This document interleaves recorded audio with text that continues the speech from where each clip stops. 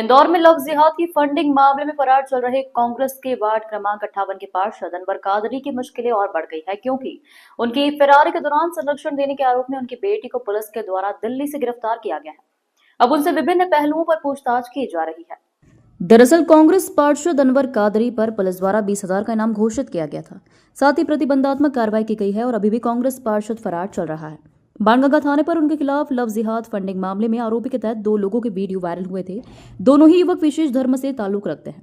इसके बाद पूरे मामले में दोनों प्रकरणों में उन्हें भी आरोपी बनाया गया था। फरारी के दौरान बात निकलकर सामने आई थी कि उनकी बेटी दिल्ली में रहती है और वह उनकी मदद कर रही है, जिसको लेकर बाणगंगा पुलिस ने दिल्ली से अनवर कादरी की बेटी को गिरफ्तार कर लिया है। अब पुलिस उनकी बेटी से विभिन्न पहलुओं पर पूछताछ कर रही है। पुलिस का सॉफ्टवेयर पर कहना है कि कोई भी व्यक्ति यदि उन्हें संरक्षण देगा या फिर जांच में सामने आएगा, उस पर भी उचित कार्रवाई की जाएगी। साथ ही कांग्रेस पार्षद की संपत्ति को लेकर भी जांच पड़ताल जारी है।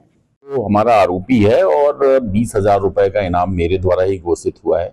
बाणगंगा के थाने में उसके खिलाफ शिकायत थी कि वो लव जिहाद के प्रकरणों में फंडिंग करता है और इसी क्रम में उसके खिलाफ FIR दर्ज किया था। तब से वो फरार है और इस फरारी में जो लोग भी उसकी मदद कर रहे हैं वो सभी इंदौर पुलिस के रडार पे है। इसी क्रम में उसकी बेटी को अरेस्ट किया गया है। उसने फंड ट्रांजैक्शन किया है और इसके साथ ही साथ सिम भी प्रोवाइड किया है। तो निश्चित तौर पे प्रथम दृष्टया अपराधी की मदद करना अपराध की श्रेणी में आता है। ऐसे जितने भी लोग इस फरारी के दौरान उसकी मदद कर रहे हैं उनकी पूरी सूची तैयार की जा रही है। उन सभी को मुलजिम बनाया जाएगा, क्योंकि ये माना जाएगा कि ये सभी लोग इस पूरे नेटवर्क के पार्ट हैं और आपस में मिलकर षड्यंत्र करके इस कृत्य को अंजाम देते हैं। सर, दिल्ली से पकड़ाई है उनकी बेटी, यानी कि ये कोई यहाँ से फरार हो गए, किससे परिवार पूरा गया है? दिल्ली से की गई, क्योंकि वहां पर वो रहती हैं और उनके और जो परिचित हैं वो भी हमारे रडार पर हैं।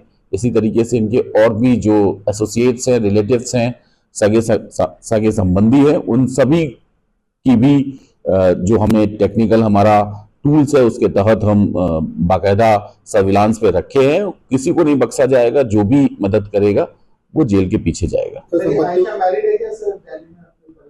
स्टेटस हमें नहीं पता है, जानकारी मिलने पे बता दी जाएगी आपको।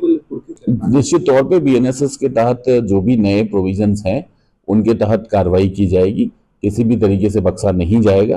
पूरी जो प्रॉपर्टी है जो इसने गैर कानूनी कार्य करके बनाई है उन सब की बड़ी बारीकी से जांच DCP जोन 3 कर रहे हैं।